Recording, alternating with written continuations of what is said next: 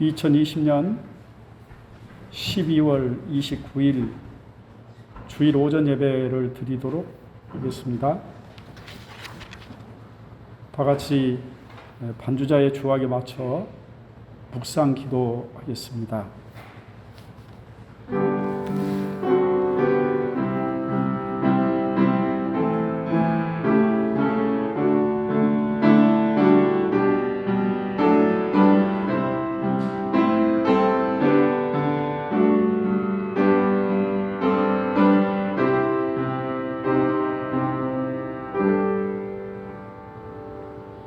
여호와는 나의 목자이시니 내게 부족함이 없으리로다.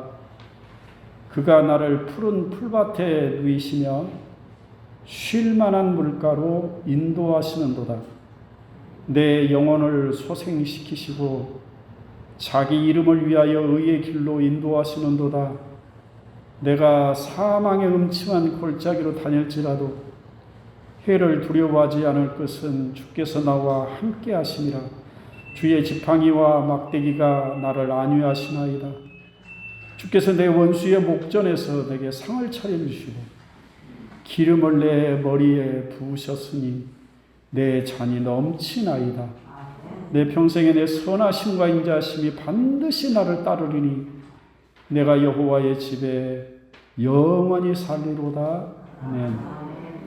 할렐루야. 찬양받기 합당하신 살아계신 거룩하신 하나님, 귀하신 은혜와 사랑을 감사합니다. 이 시간 이렇게 저희가 함께 모여 하나님 앞에 예배 드릴 수 있게 도와주셔서 감사합니다. 지금은 듣도 보도 못했던 코로나라는 바이러스 때문에 저희가 하나님 앞에 나와 마음껏 예배하고 교제하며 하나님을 경배해야 될 것인데 그것도 여의치 않아서 가정에서 예배를 드리는 사랑하는 성도들도 있습니다. 저희가 영상을 통해서 하나님 앞에 예배를 드릴지라도 성령께서 그 가운데 함께 계셔서 하나님의 영광을 나타내 보여주시기를 간절히 소원합니다. 우리 한 주간의 삶을 돌아보면서 회개하고 자복하는 마음으로 이 자리에 서 있사오니 아버지 하나님, 죄악된 우리의 모습일랑 십자가 뒤에 감추시고 예수 그리스도를 믿는 그 믿음을 보사 우리의 모든 죄와 허물일랑 씻어주시고 용서해 주시고 저희를 받아 주시옵소서. 이 시간 저희가 드리는 예배가 하나님이 기뻐 받으시는 귀한 예배가 될 줄로 믿고 예수님의 이름으로 감사드리며 간절히 기도 올립니다. 아멘. 찬송가 27장을 찬송을 하겠습니다.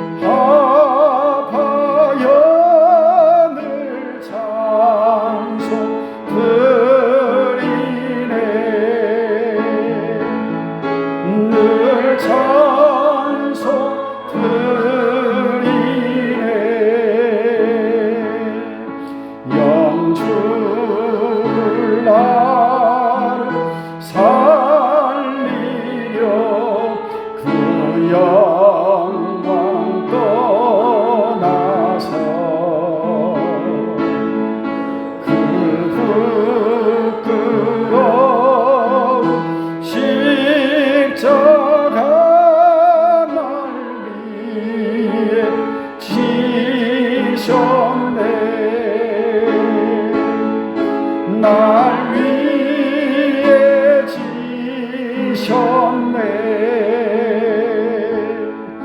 나 이제 생명 있음은 주님의 은혜요.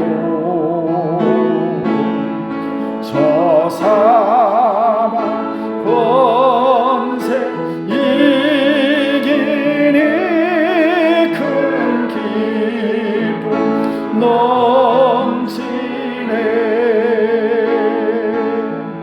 큰 기쁨 넘치네. 주님의 보좌 있는데 전한 몸 이르러 그 영광 몸소 배울 때 내 기쁨 넘치니. 내 기쁨 넘치니.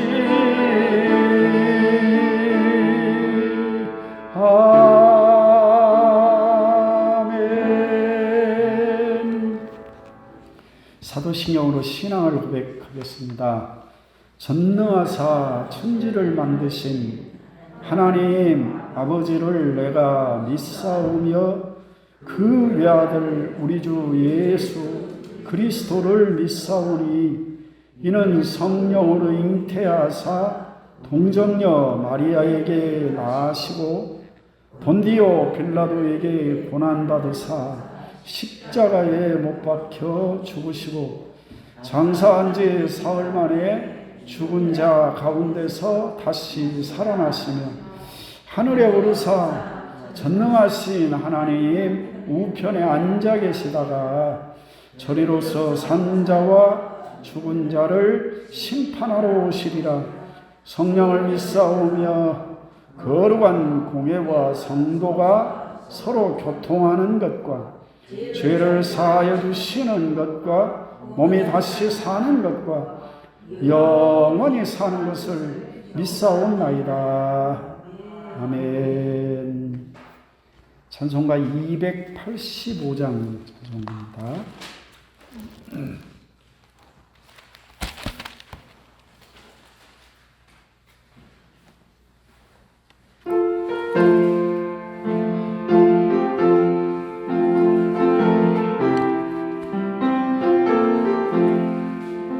주의 말씀 받은 그날 참 기쁘고 복되도다. 이 기쁨만 못 이겨서 온 세상에 전하노라. 기쁜 날 기쁜 날 주 나의 죄 다 씻은 날 늘 깨어서 기도하고 늘 기쁘게 살아가리. 기쁜 날 기쁜 날 주 나의 죄 다 씻은 날 이 좋은 날 내 천한 몸 새 사람이 되었으니 이 몸과 맘 다 바쳐서 영광의 주 늘 섬기리. 기쁜 날 기쁜 날 주 나의 죄 다 씻은 날 늘 깨어서 기도하고 늘 기쁘게 살아가리. 기쁜 날 기쁜 날, 주 나의 죄 다 씻은 날, 새 사람 된 그날부터 평안한 날 늘 있어서 이복된 말 전하는 일, 나의 본분 사랑보다 기쁜 날, 기쁜 날, 주 나의 죄 다 씻은 날, 늘 깨어서 기도하고 늘 기쁘게 살아가리. 기쁜 날, 기쁜 날, 주 나의 죄 다 씻은 날. 아멘.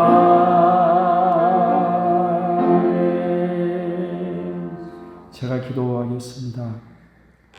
참 좋으신 하나님 아버지, 저에게 좋은 주의를 주셔서 이날을 특별히 구별하고 하나님 앞에 예배드릴 수 있게 해주셔서 감사합니다. 이 시간 저의 몸과 마음과 정성을 모아 하나님을 경배하며 찬양하오니 하나님을 기쁘시게, 하나님을 영화롭게 우리 아버지께서만이 영광을 받으시는 귀한 예배가 되어주기를 간절히 바랍니다. 아멘. 아버지 하나님 보시옵소서. 온 천하에 바이러스 19라는 이 아버지 코로나19라는 바이러스가 온 천하에 유행을 해서 우리나라뿐만 아니라 온 세계에 수많은 사람들이 병에 걸리고 수많은 사람들이 죽어가고 있는 이러한 때입니다.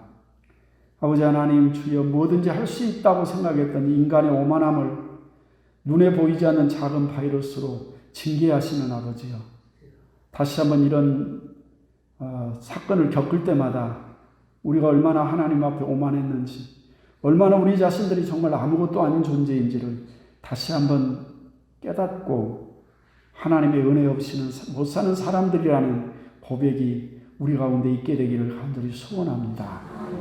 지금도 아버지 하나님 코로나19 확진자로 판명되어서 병상에서 치료를 받는 사람들이 있습니다. 그 중에 중환자들도 참 많이 있습니다. 죽어가는 사람들도 있습니다.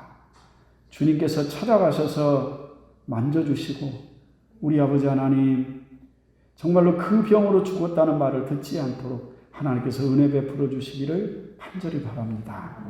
아버지 하나님이여, 주님 사랑하는 이 등대교회 사랑하는 모든 가족들, 그 한 사람도 코로나의 피해자가 없도록 하나님께서 은혜로 지켜 주시옵소서. 자비롭고 거룩하신 아버지 하나님, 이 시간에 또한 아버지 앞에 간절히 간구하옵는 것, 아버지 사랑하는 귀한 선교사님들을 붙잡아 주시기를 간절히 바랍니다. 아버지 하나님, 우리나라는 그래도 이만이 참 다행인데 선교지에는 갈 수도 없고 올 수도 없는 수많은 선교사들이 있습니다. 병에 걸리면 치료조차도 받지 못하고 죽어야 되는 그런 어려운 가운데 놓인 선교사들도 있습니다. 아버지 하나님, 주님께서 저들을 지켜주시기를 간절히 바랍니다. 아버지 하나님 주여, 국내로 들어와서 문이 열리지 않아 나가지 못하는 선교사들이 너무 많습니다. 하루속히 은혜를 입혀주시사 문이 열리게 하시고 선교지로 돌아가서 주님 맡겨주신 사명 제대로 잘 감당할 수 있도록 은혜를 더하여 주시기를 원합니다. 등대교회가 후원하는 선교지에 수많은 교회들이 있습니다. 정말 어렵습니다. 그런 어려운 가운데도 교회들을 주님께서 눈동자처럼 지켜주시기를 간절히 바랍니다. 아버지 하나님, 이 시간에 또 이렇게 연약한 종을 세우셔서 하나님의 말씀을 대언하게 하셨사온데 성령님께서 연약한 종의 생각과 마음을 주장하시고 입술을 사용하셔서 하나님의 말씀만 하나님의 말씀으로 바로 전할 수 있도록 도와주시기를 간절히 바랍니다.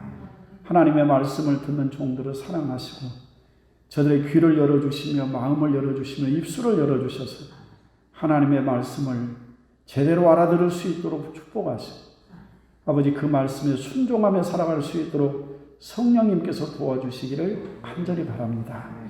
자비에 거룩하신 아버지 하나님, 이 시간에 예배에 참여하지 못하고 가정에서 가족들과 함께 예배드리는 사랑하는 성도들도 있습니다. 저들 가운데도 성령님이 충만하게 임재하셔서 귀한 은혜의 시간이 되도록 복을 더해 주시옵소서. 예수님의 이름으로 감사드리며 간절히 기도 올립니다. 아멘.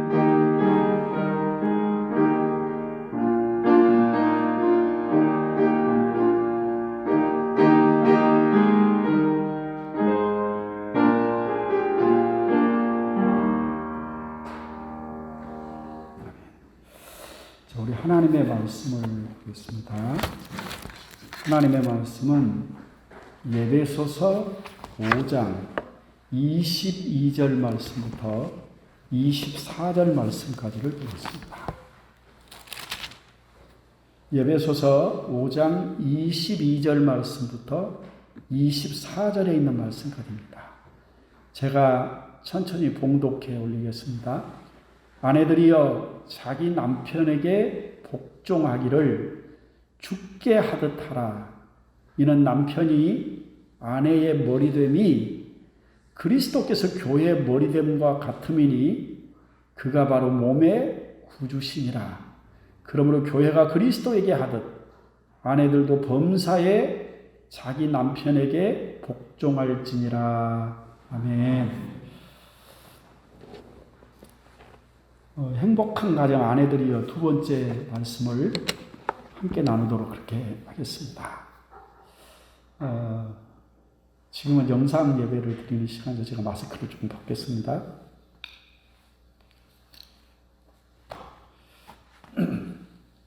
사도 바울은 그리스도인들이 이 세상에서 지혜롭게 살아가야 할 것을 말씀을 했습니다.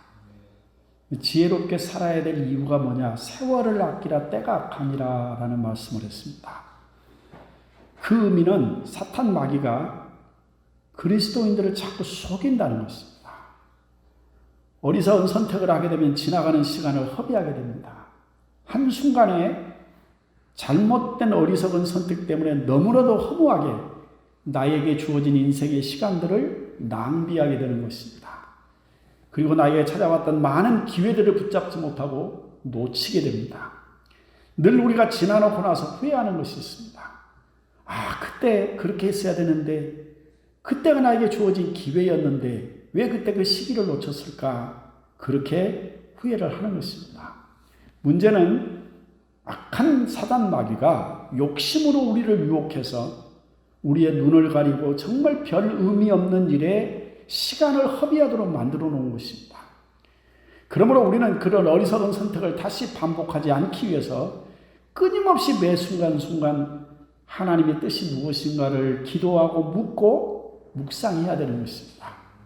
사랑하는 성도 여러분, 그리스도인들이 이 세상을 지혜롭게 하나님의 뜻을 따라 살게 하시기 위해서 하나님이 허락하신, 하나님이 내려주신 최고 최선의 조치는 우리 가운데 성령을 보내주신 사건입니다.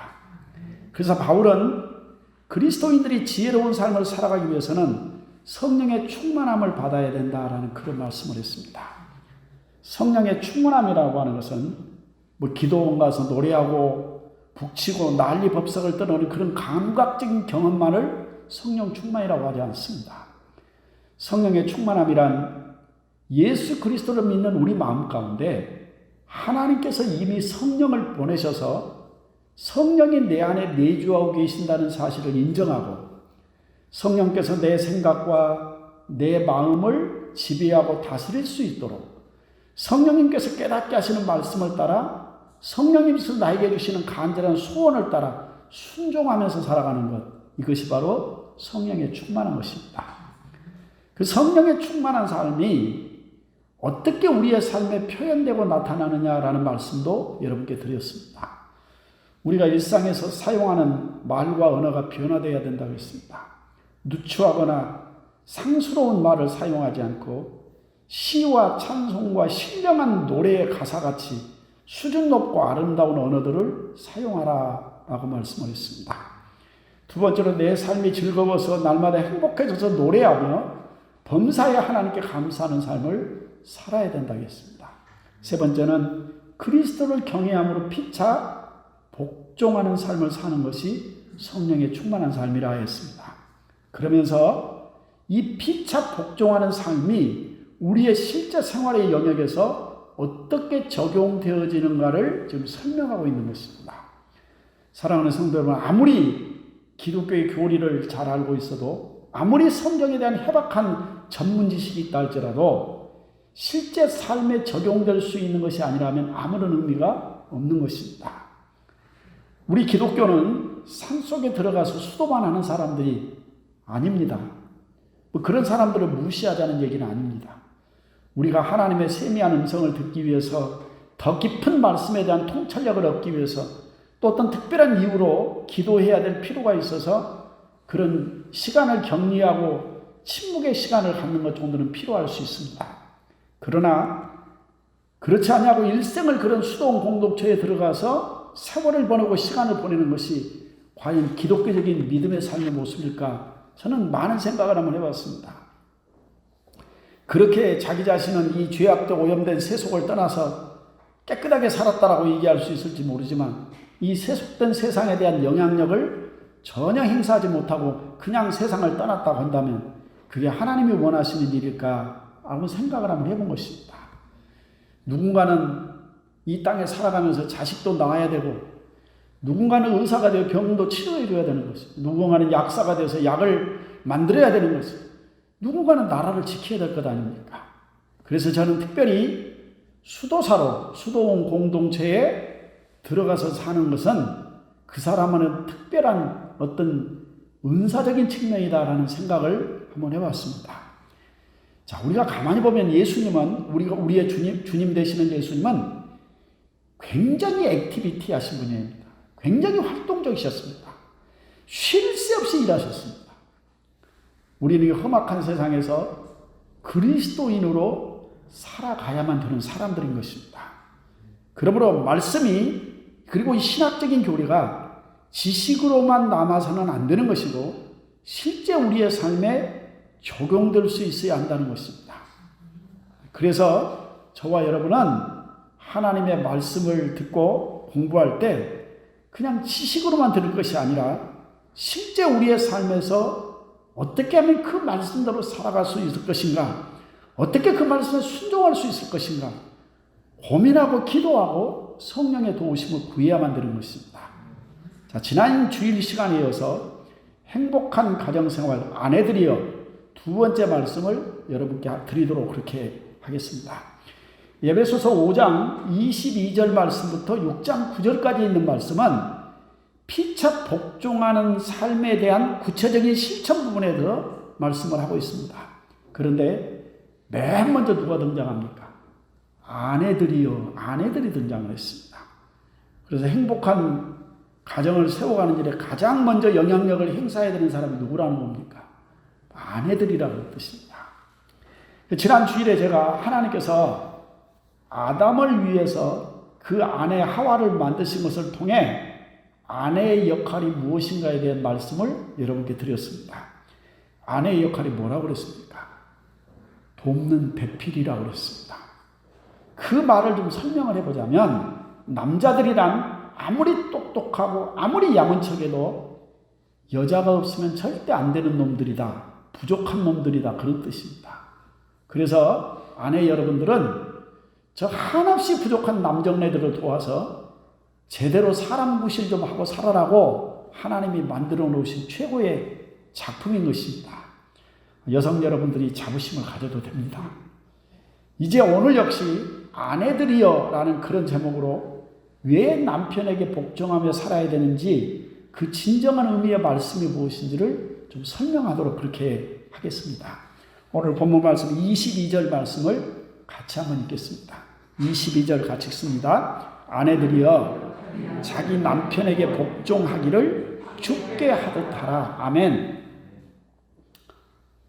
아내들이여 자기 남편에게 복종하기를 주께 하듯 하라 했습니다. 결혼이란 남자들끼리 하는 게 결혼이 아닙니다. 여자들끼리 결혼하는 것도 결혼이 아닙니다.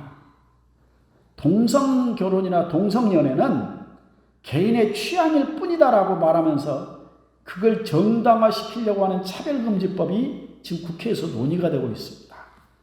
그 대표 발의를 하는 사람이 누구인가 여러분 똑똑히 지켜보시고 그 결말을 한번 지켜보십시오. 어떻게 되는지. 사랑하는 성도 여러분, 그것은 결혼 제도를 세우신 하나님의 말씀을 거역하고 반역하는 자들이 주장하는 것입니다. 하나님의 말씀을 기준으로 삼고 살아가는 그리스도인들에게는 용납할 수도 없는 일이고 타협할 수도 없는 일입니다.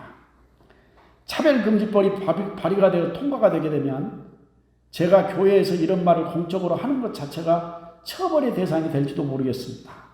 제가 무슨 편협한 사고를 가지고 꽉 막혀있는 꼴통 보수 목사여서 그런 게 아닙니다.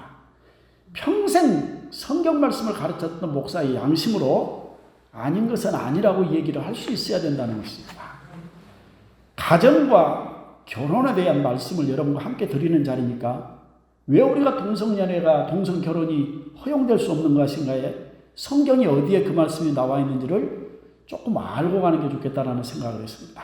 여러분 로마서 1장 21절에 있는 이하에 있는 말씀을 좀 잠깐 보시겠습니다.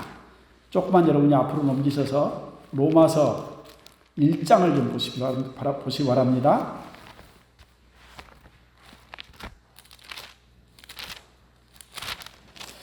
자, 로마서 1장에 보면 21절 말씀부터 제가 천천히 한번 읽어보겠습니다. 자, 하나님을 알되 하나님을 영화롭게도 아니하며 감사하지도 아니하고 도리어 그 생각이 허망하여지며 미련한 마음이 어두워졌나니 스스로 지혜 있다 하나 어리석게 되어 그랬습니다.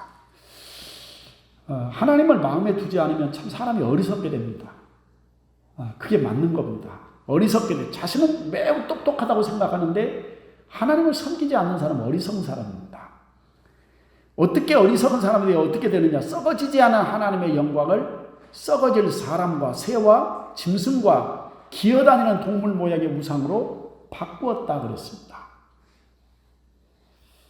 하나님께로부터 지음받은 인간이 하나님을 경배하고 하나님을 예배해야 맞을 것인데 하나님 마음에 두기를 싫어하는 겁니다. 그러니까 결국 하는 짓이 뭘 하더라는 것입니까? 우상을 만들어서 섬기는 겁니다. 자, 24절 말씀 보십시오. 그러므로 하나님께서 그들을 마음의 정욕대로 더러움에 내버려 두사 그들의 몸을 서로 욕되게 하셨으니 그랬습니다. 여기 보면 하나님이 그들을 마음의 정욕대로 더러움에 내버려 두셨다라는 말씀이 나옵니다.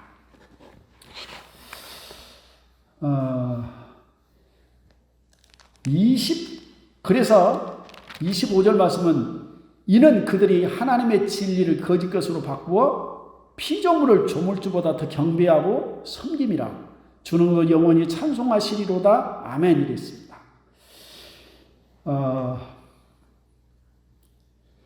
그들이 하나님을 마음에 두기 싫어하니까 하나님이 그들을 그냥 내버려 두셨다고 했습니다. 마음의 정욕대로 그냥 내버려 두셨다라는 그런 말씀을 했습니다.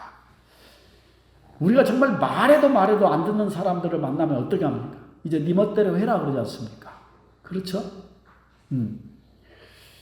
여러분 네 멋대로 해라 그랬더니 할렐루야 하면 이건 정말 정신없는 사람입니다. 여러분 우리가 어긋난 자식에게 부모가 아무리 말을 하고 또 말을 해도 끝까지 안 들어먹으면 뭐라고 그럽니까? 나가 네 맘대로 하고 살아. 이제 네 인생 내가 간섭 안 할게 그럽니다. 그 말 듣고 나서 할렐루야 나는 이제부터 자유다. 그런 놈은 심각한 겁니다. 한마디로 버림받은 겁니다. 사실은. 그렇지 않습니까? 로마서 1장 26절 말씀 보면 이 때문에 하나님께서 그들을 부끄러운 욕심에 내버려 두셨다 그랬습니다. 하나님은 내버렸었습니다. 자, 그 다음에 또 우리가 28절에 있는 말씀 보면 또한 그들이 마음에 하나님 두기를 싫어하며 하나님께서 그들을 그 상심한 마음대로 내버려 두셨다 그랬습니다. 이걸 하나님의 육이라고 하는 겁니다. 여러분 하나님이 내버렸다는 말이 로마서 1장에만 3번 나옵니다.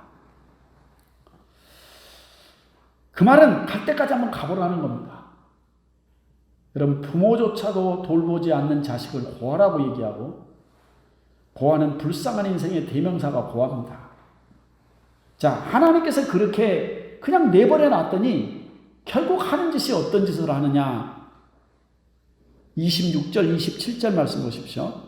이 때문에 하나님께서 그들을 부끄러운 욕심에 내버려 두셨으니 곧 그들의 여자들도 순리대로 쓸 것을 바꾸어 영리로 쓰며 그와 같이 남자들도 순리대로 여자 쓰기를 버리고 서로 향하여 음욕이 불릴 듯하며 남자가 남자와 더불어 부끄러운 일을 행하여 그들의 그릇됨에 상당한 보응을 그들 자신이 받았느니라 라고 그렇게 말씀을 하고 있습니다.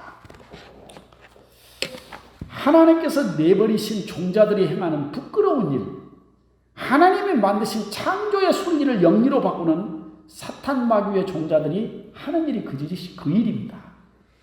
사랑하는 성도 여러분, 동성결혼, 동성연애는 있어서도 안 되는 일이고 하나님 앞에서 결코 용납할 수 없는, 있을 수가 없는 일입니다.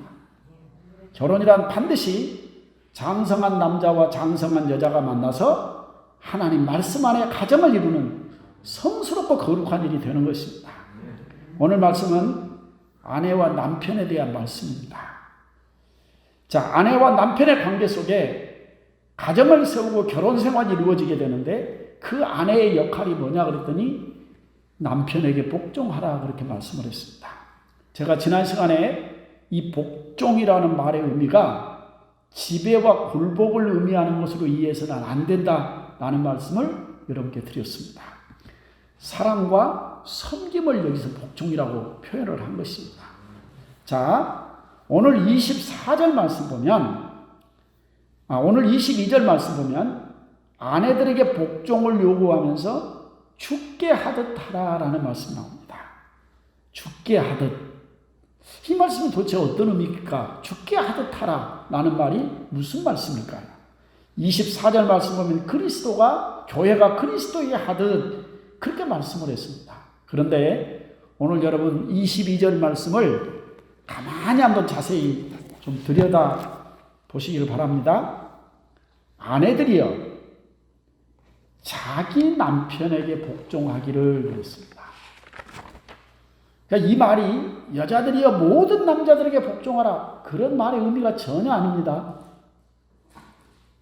자, 누구에게 요구를 했습니까? 아내들에게, 남편을 가진 아내에게 요구를 한 겁니다.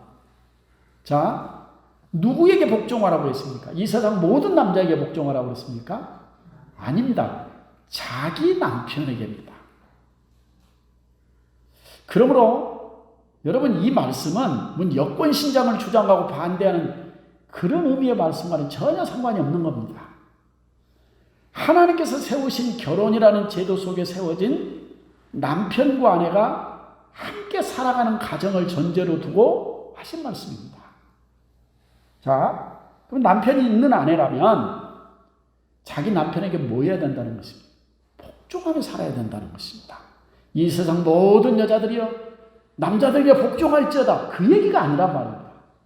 가정의 한 아내로서 한 남편, 자기 남편에게 복종하라 그런 말씀을 하고 있는 겁니다. 자, 그러면 죽게 하듯 하라라는 말씀을 우리가 어떻게 해석을 해야 될까요? 자, 고린도전서 10장 31절 말씀에 이런 말씀이 있습니다. 제가 좀 여러분 얘기하면 여러분 금방 알아들을 수 있습니다. 그런즉 너희가 먹든지 마시든지 무엇을 하든지 다 하나님의 영광을 위하여 하라라는 말씀을 했습니다. 그리스도인 된 성도는 모든 일, 그 목적을 어디에 두고 있는 겁니까? 하나님의 영광을 위하여. 이게 목적입니다.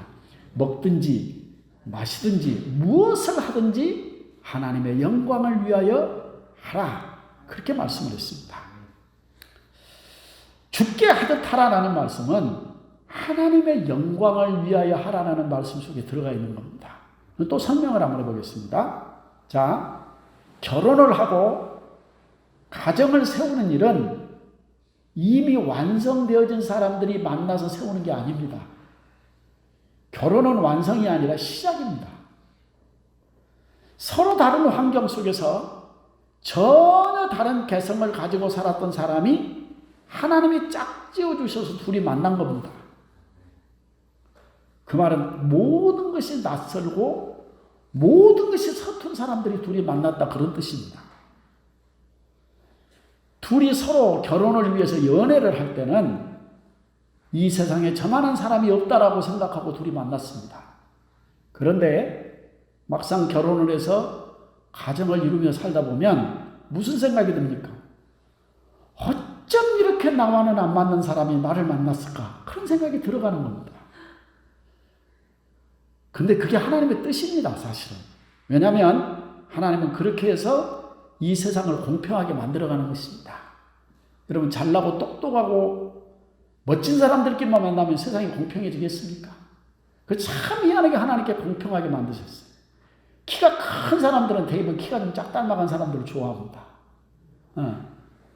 엄청나게 이쁜 여자가 남편이 산적 두목처럼 생긴 사람하고 사는 경우도 많습니다. 왜 저런 사람 만났을까 싶은데 그게 하나님이 짝을 맞춰주신 겁니다.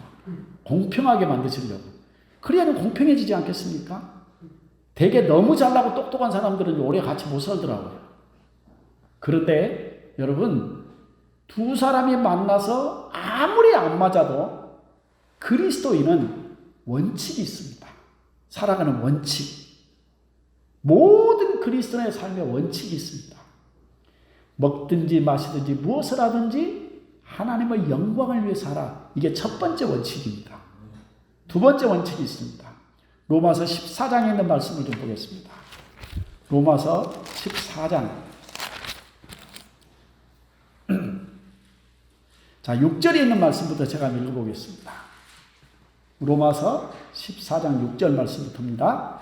나를 중히 여기는 자도 주를 위하여 중히 여기고 먹는 자도 주를 위하여 먹으니 이는 하나님께 감사하며 먹지 않는 자도 주를 위하여 먹지 아니하며 하나님께 감사하느니라.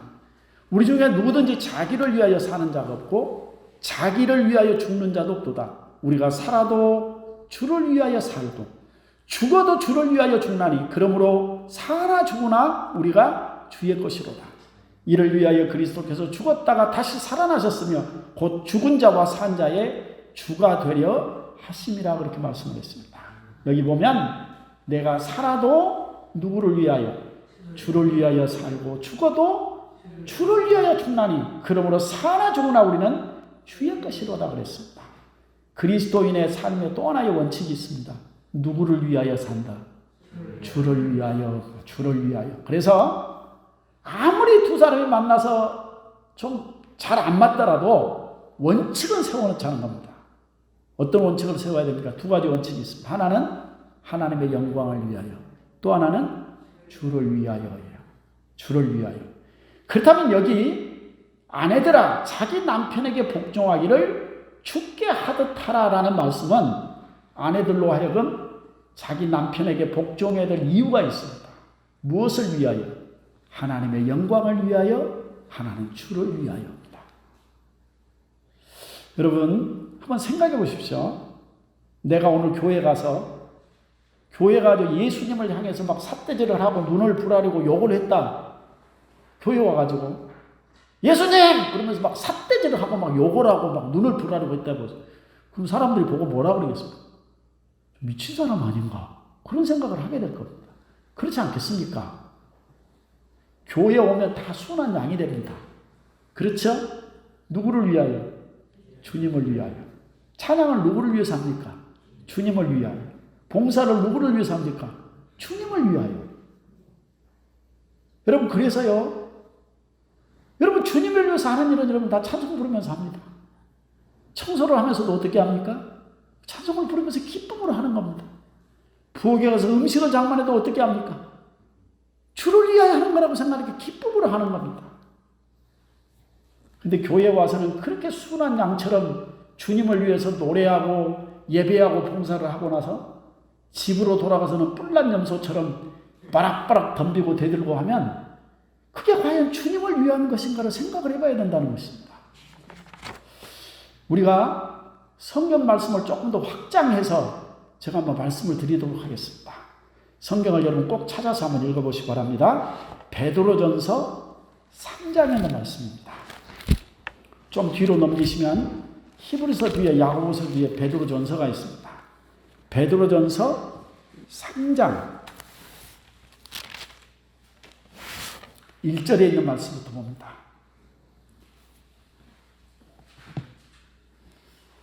베드로전서 3장 1절 말씀부터입니다. 제가 한번 읽겠습니다. 천천히 한번 읽어보겠습니다.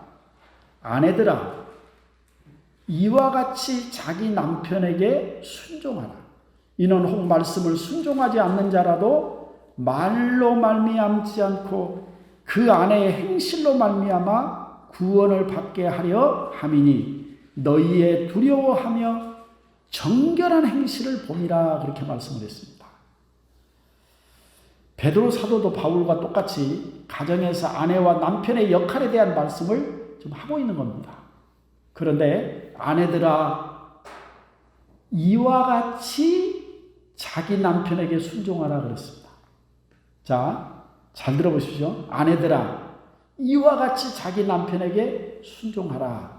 그렇게 말씀을 하면서 여기 베드로 사도가 말씀하시는 배경은 바울 사도가 에베소에서 말씀하는 배경과는 조금 다른 배경을 가지고 있습니다. 어떤 차이가 있느냐 그랬더니 1절 중간 말씀에 이는 혹 말씀에 순종하지 않는 자라도 라는 말이 나옵니다. 이는 혹 말씀에 순종하지 않는 자라도 말로 말미암지 않고 행실로 말미암아 구원을 받게 하려 함이니 너희의 두려워하며 정결한 행실을 봄이라. 그렇게 말씀을 했습니다. 그야 이 베드로 사도가 말씀하는 아내들아 자기 남편에 순종하라 했을 때는 어떤 사람도 포함이 되어 있는 겁니까? 안 믿는 남편도 포함되어 있다, 그런 뜻입니다. 여러분, 신앙이 없는 남편과 살아본 사람들은 그게 얼마나 답답한지 본인이 잘 압니다. 자, 그래서 1절 말씀은 아내들아 이와 같이라는 말이 나옵니다. 일단 이와 같이라는 말이 줄을 딱 쳐놓으시고 그 이와 같이가 뭘 얘기하는지 제가 설명을 하겠습니다. 조금 위로 올라가 보시면 18절 2장 18절 말씀이 나옵니다. 자, 2장 18절 말씀에 제가 좀 읽겠습니다. 사환들아, 범사에 두려워함으로 주인들에게 순종하되 선하고 관용하는 자들에게만 아니라 또한 까다로운 자들에게도 그리하라 그랬습니다. 사환은 그때 당시 종입니다. 종, 노예입니다. 자, 초대교회 시대에는 노예라는 신분을 가지고 있으면서 예수만 믿는 그리스도인들이 참 많았습니다. 제가 오늘 아침에 새벽 예배 때 로마서 16장에 있는 말씀을 드렸는데 로마의 16장에 보면 바울의 평생에 잊을 수 없는 사람들을, 잊을 수 없는 동역자들을 이름을 쭉 나열해 놨어요. 근데 거기 보면 세 사람의 노예 신분을 가지고 있는 세 사람이 등장을 하는 걸 볼 수 있습니다. 그러니까 그때 시대에는 노예라는 신분을 가지고 예수 믿는 사람들이 있었단 말입니다. 근데 노예라고 하는 신분을 가지고 있으면서 교회 모임에 참석하는 게 쉬웠을까요? 어려웠을까요? 쉽지가 않는 겁니다. 종들은 기독교를 굉장히 좋아했습니다. 왜냐하면 하나님 안에서는 뭐가 없다고 그랬습니까? 차별이 없다고 그러거든요. 그리스도 안에 차별이 없다는 거예요. 누구든지 똑같은 하나님의 자녀가 될 수 있다는 것 때문에 그들은 기독교를 엄청나게 선호해서 오히려 사회 엘리트층보다 노예 계급에 속해 있는 사람들, 기독교인들이 굉장히 많았습니다. 근데 노예 계급에 속해 있는 사람들이 기독교의 모임에 참석한다는 게 쉬운 얘기가 아니란 말입니다. 자, 그래서 거기 보면 18절 말씀에 자, 주인들에게 순종하되 선하고 관용하는 자들에게만이 아니라 라는 말씀이 나옵니다. 그러니까 선하고 관용한다는 것은 웬만한 건 용납해주고 잘 이해를 해주는 선한 주인이 있을 수도 있다, 그런 뜻입니다. 그러지 않겠습니까? 주인님 잠깐 오늘 예배 모임이 있어서 다녀오겠습니다. 그러면 기꺼이 그래 갔다 와, 이럴 수 있다는 겁니다. 그런데 그 중에는 어떤 사람도 있다는 겁니까? 까다로운 자들이 있다는 겁니다. 자, 그래서 까다로운 주인에게서 어떤 일이 생기느냐 그러면 19절 말씀에 부당하게 고난을 받아도 하나님을 생각함으로 슬픔을 참으면 이는 아름답다라는 말씀을 했습니다. 까다로운 주인을 만나서 무슨 일을 당한다는 건 부당하게 억울한 얘기를 듣고 참 눈물 나는 일이 생길 수 있다는 얘기입니다. 그런데도 불구하고 뭐하라고 그랬습니까? 하나님을 생각함으로 슬픔을 참으면 아름답다라는 그런 말씀을 했습니다. 그러고 나서 그 뒤에 예수님에 대한 얘기를 합니다. 예수님이 그 본을 보여주셨다는 것입니다. 자, 22절 말씀은 그는 죄를 범하지도 아니하시고 그 입에 거짓도 없으셨는데 그랬습니다. 그런데도 23절 보십시오. 욕을 당하시되 맞대어 욕하지도 아니하시고 고난을 당하시되 위협하지도 아니하시고 오직 공의로 심판하신 이에게 부탁하셨다라는 말씀이 나옵니다. 예수님은 억울하게 고난을 당하고 부당하게 고난을 당하고 부당하게 욕을 먹는 자리에서도 뭐 했다는 것입니다. 욕을 당하시되 맞대어 욕하지도 아니하시고 고난을 당하시되 위협하지도 아니하시고 오직 공의로 심판하신 이에게 부탁하셨다라고 그렇게 말씀합니다. 그러면서 아내들아 이와 같이라는 말이 거기 나온 겁니다. 아내들아 이와 같이 그랬습니다. 아내가 교회에 가는 걸 용납하고 이해를 해주는 남편이 있을 수 있습니다. 선한 사람입니다. 그런데 자기가 안 믿더라도 내가 안 믿더라도 아내가 교회 가는 걸 용납하고 기꺼이 가라고 하고 그런 남편이라면 이 사람은 어떤 사람이에요? 관용하고 선한 남편입니다. 그런데 까다로운 사람들이 있을 수 있습니다. 억울한 소리 해대고 부당하게 신앙생활 못하게 방해하고 참 슬프게 만드는 눈에서 눈물 나게 만드는 사람이 있다는 겁니다. 그런데 그런 경우라도 욕을 욕으로 갚지 말고 맞대어서 욕하지 말고 고난을 당하되 위협하지 말고 공의로 심판하시는 하나님께 기도하면서 참으라는 겁니다. 그게 아름답다 그렇게 말씀드렸습니다. 그 이와 같이 아내 남편들에게 순종하라는 의미가 그런 의미란 말입니다. 그러면 그렇게 되면 어떻게 되느냐? 그 결과적으로 그 아내의 행실로 말미암아 그 남편이 구원을 받게 될 수도 있다라고 말씀을 했습니다. 그 남편이 보고 있습니다. 뭘 보고 있습니까? 너희의 두려워하며 선한 행실을 봄이라 그랬습니다. 어느 날 아내가 나 교회 다닐라네. 그래서 대부분 남편들이 교회를 가라고 허락을 합니다. 우리나라는 되게 다 그렇습니다. 허락하는 이유가 몇 가지 있습니다. 첫째, 늙어서 편히 살려면 지금이라도 좀 봐줘야지 싶어서 허락하는 경우도 있습니다. 그렇지 않으면 하도 싸납게 덤비니까 교회 가서 그래도 좀 뭐 좀 배우고 오면 좀 순해질까 싶어서 보내는 경우도 있습니다. 교회를 나가기 시작하면 그때부터 지켜보고 있는 겁니다. 어떻게 하는가 보자. 그런데 갔다 오니까 더 싸나워졌습니다. 전에 집에 있을 때 교회 안 갈 때는 설거지라도 잘해놓고 가더니 교회 나갔는데 설거지도 안 하고 교회만 가서 밥도 제때 안 챙겨주고 하루 종일 퍼서 하는 겁니다. 짜증이 확 날 수 있습니다. 그런데 여기 말씀 보면 그 남편이 너희의 두려워하며 정결한 행실을 본다라고 그렇게 말씀했습니다. 내가 예수 믿는 아내가 됐다면 어떻게 해야 된다는 것입니까? 그 뒤에 보십시오. 3절 너희의 단장은 머리를 꾸미고 금을 차고 아름다운 옷을 입는 외모로 하지 말고 오직 마음에 숨은 사람을 온유하고 안정한 심령에 썩지 아니할 것으로 하라. 이는 하나님 앞에서 값진 것이니라. 전에 하나님께 소망을 두었던 거룩한 부녀들도 이와 같이 자기 남편에게 순종함으로 자기를 단장했다라는 말씀입니다. 교회 갈 때만 단장을 하지 말고 남편 앞에서도 좀 단장을 하셔야 되는 겁니다. 그런데 그 무엇보다도 뭘로 단장을 하겠습니까? 마음에 숨은 사람을 온유하고 안정된 심령에 썩지 아니할 것으로 단장을 하라. 그렇게 말씀했습니다.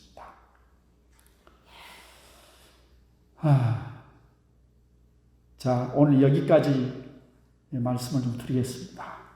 다음 시간에 아내들이여 제3탄 또 다시 말씀을 드리도록 하겠습니다. 정리를 한번 해보겠습니다.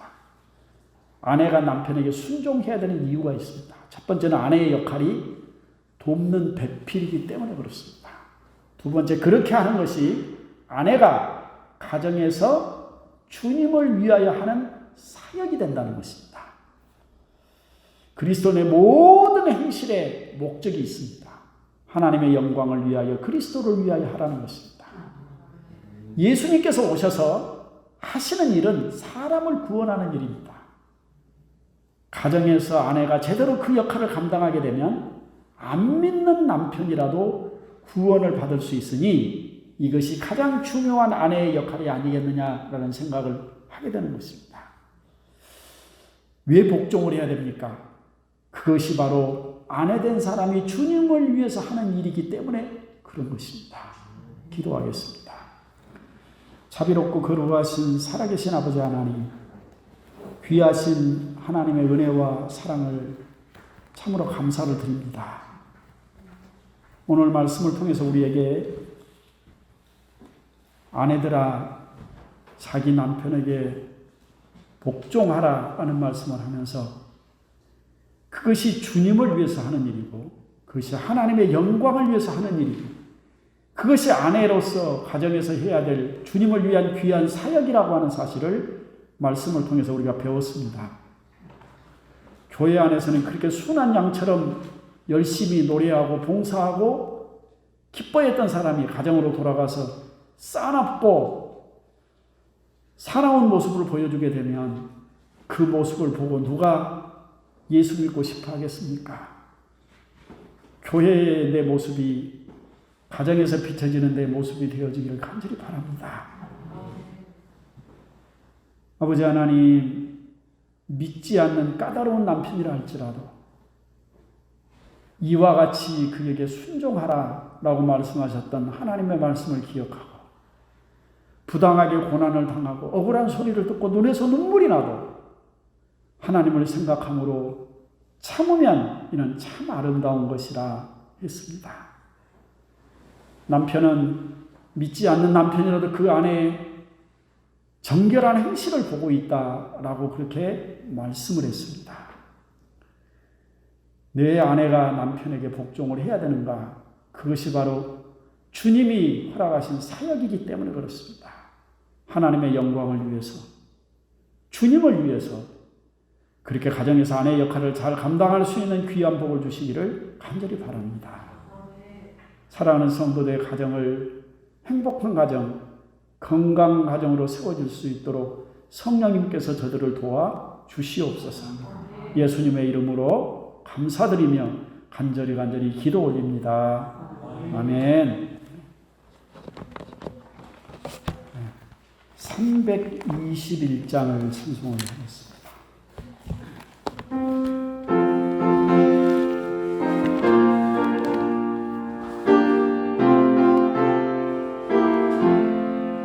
날 대속하신 예수께 내 생명 모두 드리니 늘 진실하게 하소서. 내 구주 예수여, 나 구주 위해 살리라. 내 기쁨 한량 없으리. 내 갈 길 인도하소서.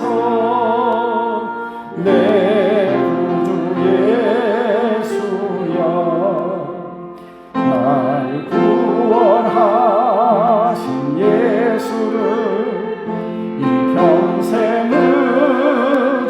의지하오니 날 영접하여 주소서.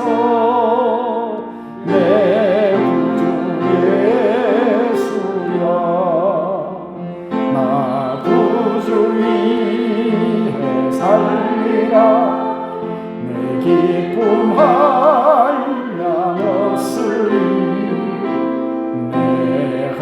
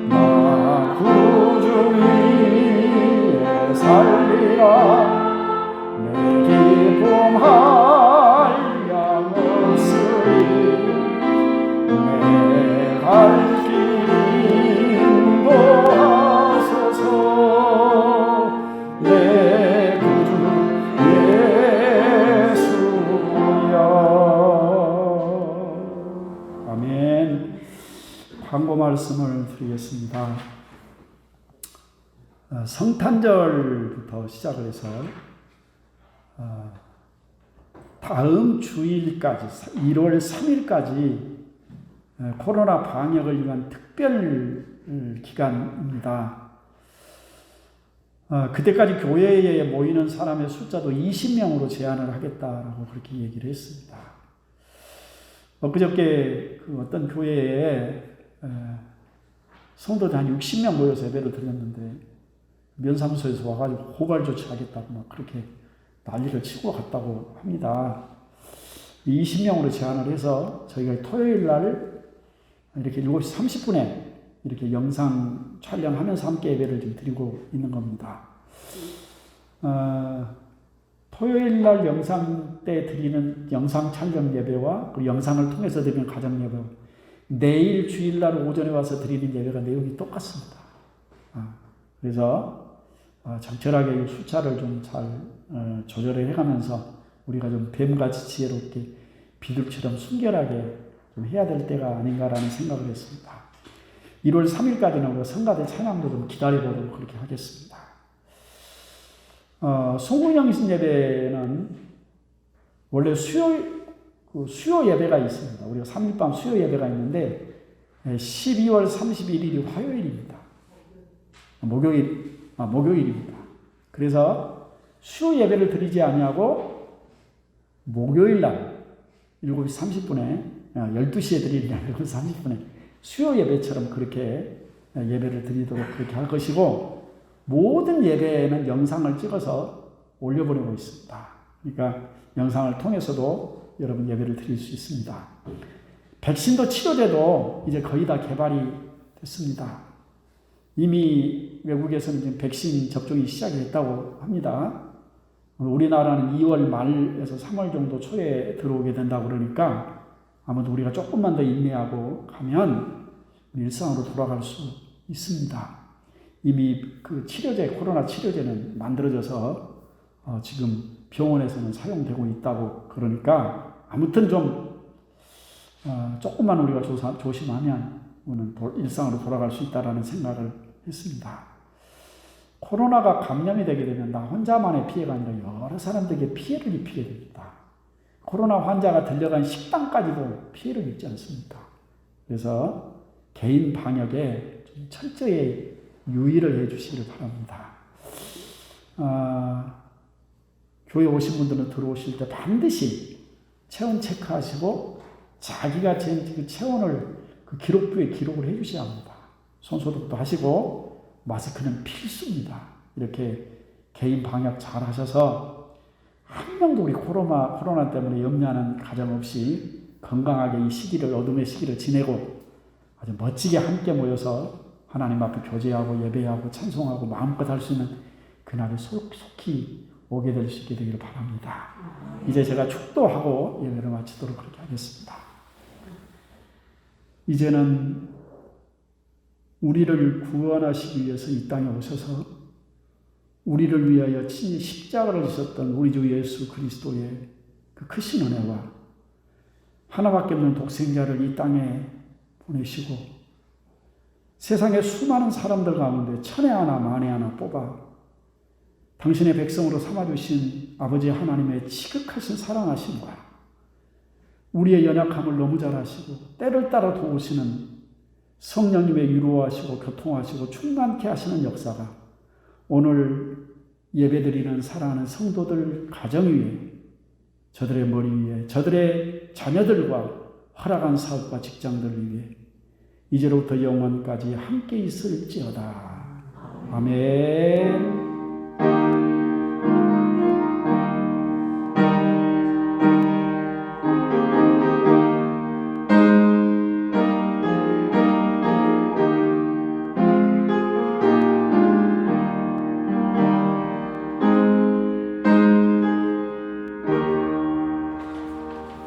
예배를 마쳤습니다. 감사드립니다.